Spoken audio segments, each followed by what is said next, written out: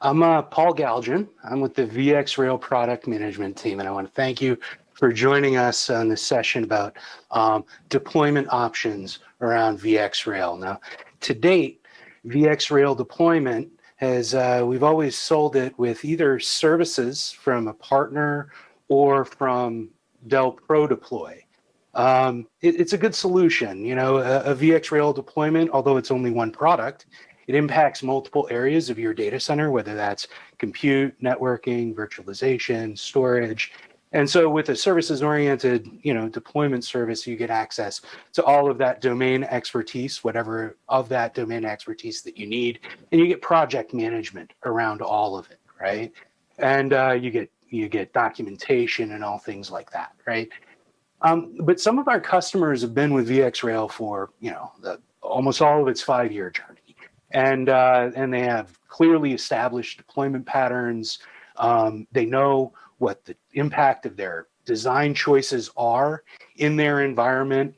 They prefer to do their own project management. And so we're introducing an option for customers to self-deploy. And for those customers that choose to do self-deployment in certain environments, single site deployments of over 3 nodes, we're developing a series of tools, API tools, documentation, videos that help customers and take the experienced customers kind of all the way through the journey of describing and then finally installing their new VxRail cluster.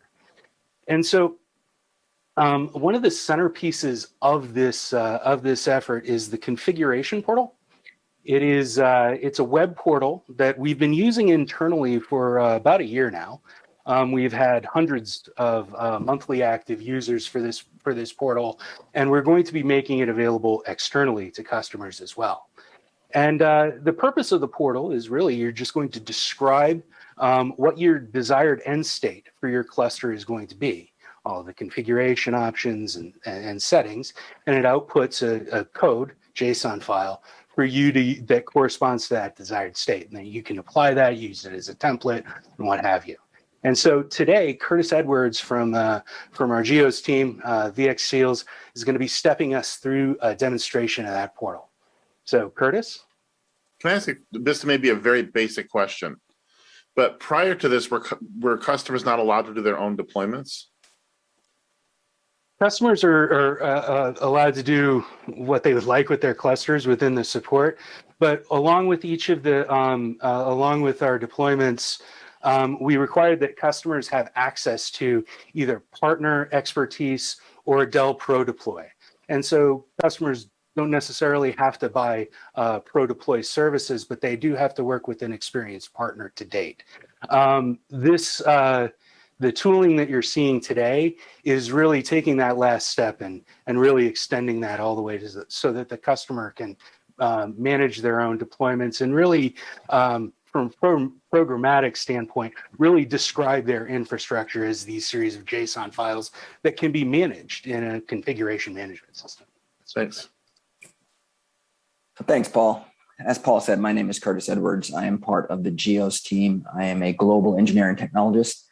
The culmination of all the videos and tools and everything that Paul mentioned is found here on the configuration portal. And what I'm going to do is I'm going to quickly step you guys through a brief demonstration as to what's involved in creating the pieces that are necessary for our partners, for our internal folks, and for our customers to properly plan, configure, and ultimately deploy their VxRail cluster. So when you land on this configuration page, and it's going to be a web portal as you see in front of you, on the left-hand side, you see all the information necessary if you're not familiar with VxRail that you can utilize to help make going through this process significantly easier with installation videos, preparing for your VxRail install, your networking guides, etc. And then on the right-hand side is where we walk through the steps that are necessary to configure and deploy your cluster. Very easy, straightforward steps. You have creating a project, adding clusters to the project, then you rack and stack, configure the hardware in your data center. Then you go through the actual deployment, and then lastly, we have a final checklist to just ensure that all the things that need to be done have been done for the cluster. So for the sake of time, I went ahead and pre-populated a lot of the components that are necessary, but I will still walk you through so you can see what the pages actually look like and you're not listening to me type the entire time. So the first step in this process is to create a project, right? In this case, my project name is going to be Tech Field Days. I am the contact person. If I wanted to create a description, I can type in the description accordingly and a telephone number. Get my screen out of the way there, sorry. And then once you keep going, the next is the customer company. In this case, where is this cluster or grouping of clusters going to be installed? In this case, I'm just going to say Tech Field Days Company. Is this going to be Dell or partner driven? If there's a service provider associated with it, I'm just going to say Dell. And if you want to put in some comments, you're more than free to put in the comments. And that's the core basis of creating a project. Now, within the project, you can create one or multiple clusters for that project. So the next tab across is going to be My Clusters. And for My Clusters, as you can see, it will list all the clusters you have in the environment, and you'll see the project names. You can sort accordingly. But for this particular project, which is called Tech Field Days, I created a VDI cluster configuration. So when I come into the VDI cluster configuration, I can come in here and I click Edit, or I would be building this from scratch and typing in all this information. I give my cluster a name. I tie it to a project. If I have multiple projects, there'll be a drop down. If I have one project accordingly, I can put in the location of the project. So that project is in building 1. I can put in an address, whatever the case may be. And in this case, since I already pre-populated this, I already chose the VxRail version. If this was brand new, there'll be another drop-down section to ask you what version of code you plan to install in this cluster. And then because of that version of code, all the parameters that will be respective for that version of code will be reflected in the subsequent categories that you need to fill out. So in this case, we're doing VxRail version 202. What type of solution are we deploying? In this case, keeping it very straightforward and simple, we have VxRail, we have VMware Cloud Foundation on VxRail, whether we're doing a standard cluster of 3 or more hosts or 2-node cluster. We're just going to do a VxRail cluster with 3 or more hosts. Next, we select the model that we're going to be deploying in the environment. You have multiple models to choose from. In this case, I selected the P550, P570F, an all-flash configuration. As it tells you here, you need to specify a minimum of 3 with a maximum of 6 for the initial deployment. Any nodes above that 6. Yes, sir. Sorry, can you explain a little bit more about why a customer would choose between the VxRail option and the VxRail with VMware Cloud Foundation? Because we're still using the VMware environment, right? So why do customers opt to do just VxRail and not the VMware vCloud or Cloud Foundation? Understood. I'll keep it brief because that can be a longer conversation. But basically, the VMware Cloud Foundation configuration has additional components and additional cluster configurations for the management domain that are not part of a generic VxRail configuration. So because of those additional components and additional configuration and hardware that's necessary to deploy that environment, it's a separate path to go through. Did that answer your question? Yeah, I'll stop questioning because what you already said, it will probably go long then. Correct. It will definitely take it into a direction that we don't have the necessary time to explain.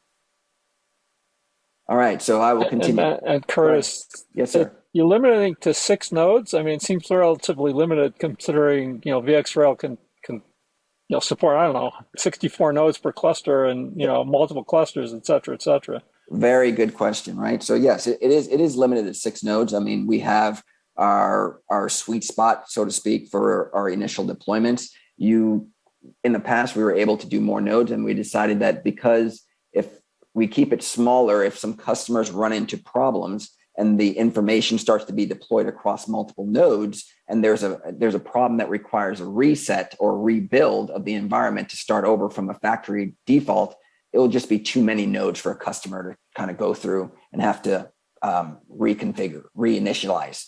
So keeping it smaller gives it a smaller consumable chunk, and the add node component that comes afterwards is extremely quick and It is very similar to what we're looking at here as far I as that got you. deployment. So you could add nodes to 64 if you wanted to, or Yeah, like 128, 100%. et cetera. Yeah. Yes. So you just have Yes. to start here. You can still self-deploy beyond 6 is what you're saying. 100%. You can self-deploy beyond 6, but for the initial build out of my environment, creating my, for lack of better terms, data center in a box configuration with all my ESXi, my clustering configuration, my HA, networking, et cetera, we start out at 6. And then once that environment is up and running, we can expand from 6 to 64 very easily through a wizard. All right, thanks. Okay, so in this case, I'm just going to keep it simple with 3 nodes. Then you can select your network interfaces. You have multiple to choose from, 4x10, 2x10, or 2x25. You can add additional PCIe cards to the cluster if you know what the cluster configuration is going to be that you're going to be deploying in the environment.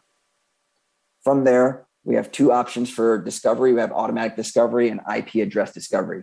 Most of our customers most likely will do automatic discovery to where it goes out and it uses IPv6 multicast and a private VLAN to beacon and listen for nodes as they power on and come onto the network. In this case, we're not utilizing smart fabrics to auto discover the VxRail nodes and auto configure the networking accordingly. We're just going to do it manually.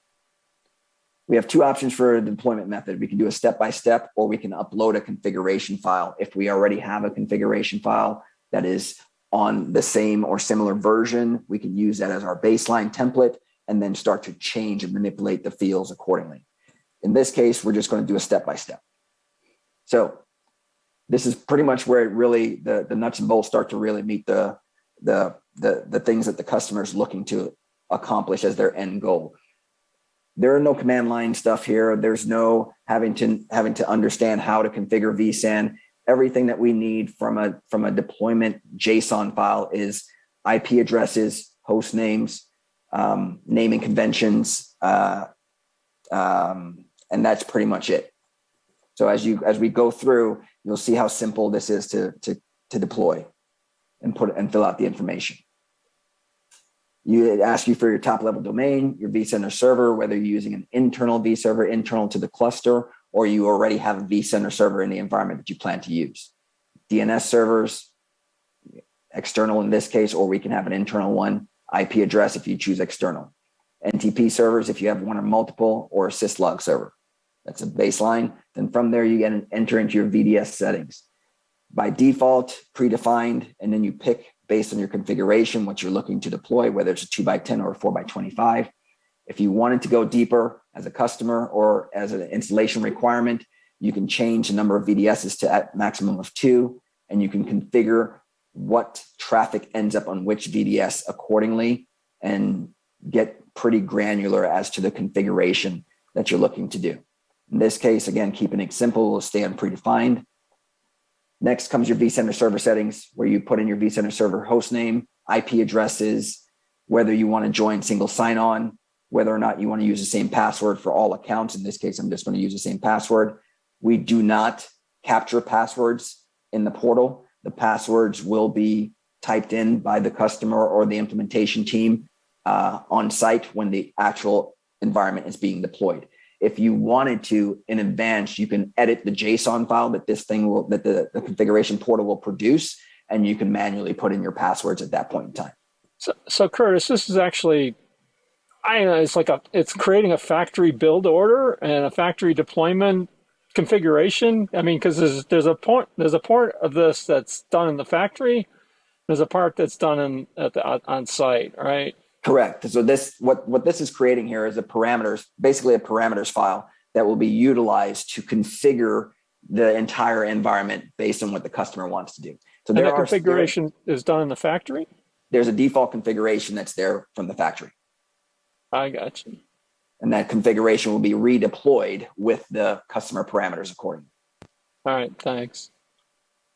So as you can see, vCenter server management username, passwords, like I mentioned, are not included in the file. Then it comes to the ESXi host names.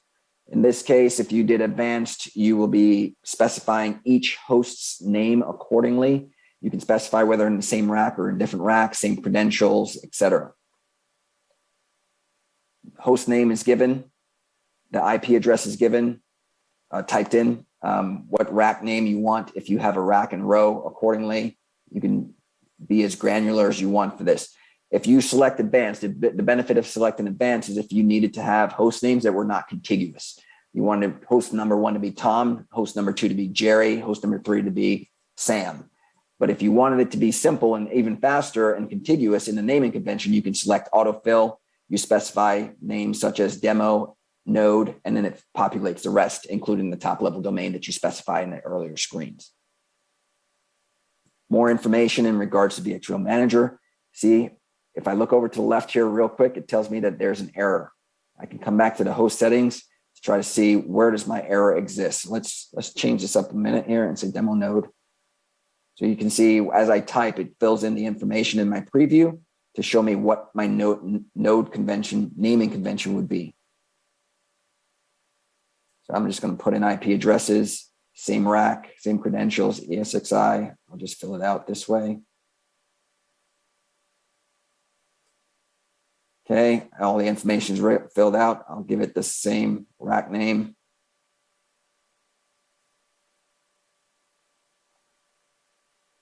I'm just going to go next. The red exclamation point is now no longer there, which means I corrected whatever error it believed I had in that section. So as I keep going, subnet mask for the management network, with including the VLAN ID, additional information is necessary for the vSAN network. The vSAN network is a private non-routable network. So in this case, I use a different IP schema. 192.168 could be something totally different in the customer environment. I keep going for each host. I'm giving it IPs and names for each host. I do the same thing for vMotion. If I wanted to utilize an existing vMotion network, I can. In this case, I'm utilizing a private vMotion network with its own VLAN ID. And if I have one or multiple VM guest networks, I can continuously add additional VM guest networks in here. I don't have to add those at this point in time. I can leave it blank and add them later after the environment has been configured and deployed. When it gets to the end, all information is inputted as best you believe that you did it. You can click validate. And in this case, it comes back and says validation was successful. Let's, for sake of argument, say that I gave this a different, I'm going to just put something else in here. And I'm going to go back down now. I see, as you can tell, I changed the name to demo_vCenter. Come back to validate, and I can click validate. And it says the host name prefix is not valid. So it tells me that the name that I selected is not a valid name. So I can come back to the red exclamation mark, change the component as it tells me that that name is not valid to something else, and then come back to the validation at the end and run the validation again to a green check mark saying validation was successful. At this point, I finish. My cluster is now complete. My next step will be to go to my deployment. So I now have my cluster configuration. My JSON file is complete and it is valid, but I haven't done anything with it at this point. So now once I select the cluster and it's time for me to do my deployment, I can download and deploy through the VxRail wizard, which is a web-based wizard, or if I wanted to incorporate Power CLI or PowerShell or utilize my own base API calls, et cetera, I can use command line tools in order to pull in the JSON file and go through the wizard. So in this case, I'm going to download the JSON. I'm going to open it up so you guys can get a brief view as to what a JSON file looks like. Hopefully it's not an eye chart for you, but all the information that I put in follows a standard format through the JSON file, and it's all in here. If I wanted to input my passwords, remember I said passwords are not included. If I wanted to input my passwords, I can input my passwords accordingly in the account section throughout the entire file. Okay, but we're not done yet. We just now have a JSON file. Let's say that we took that JSON file, we racked and stacked our environment. We actually went through a deployment of the environment, and we're now up and running for that deployment. So we next come to my final checklist after the system is up and running. And in that final checklist are these 6 checks that need to go through, and you answer them accordingly, just for us to make sure that you review the administration guide, you change the default licensing that got deployed to actual vSphere and vSAN licenses that you have. from the evaluation license to real licenses. You configure and enable secure remote services, which is our proactive dial home capabilities. Now, your options are complete, not complete, or if it's a dark site, you can say it's not applicable because it's a dark site. I don't have internet access, so it doesn't apply to me, right? Set up VxRail access for support e-services. That's configuring your support 360 credentials, being able to get to your knowledge base, et cetera. But again, if this is a dark site, it's not applicable because you won't have internet access. Review the VxRail internet mode and network traffic settings. Same setting, same configuration, not complete, or not applicable. And lastly, we like to understand how we're doing. We're always looking to improve. So, did you complete the survey? So once that's done, you get your 6 out of 6 complete, and you can move on and wash, rinse, repeat, do this process over again for more clusters. Thank you for your time.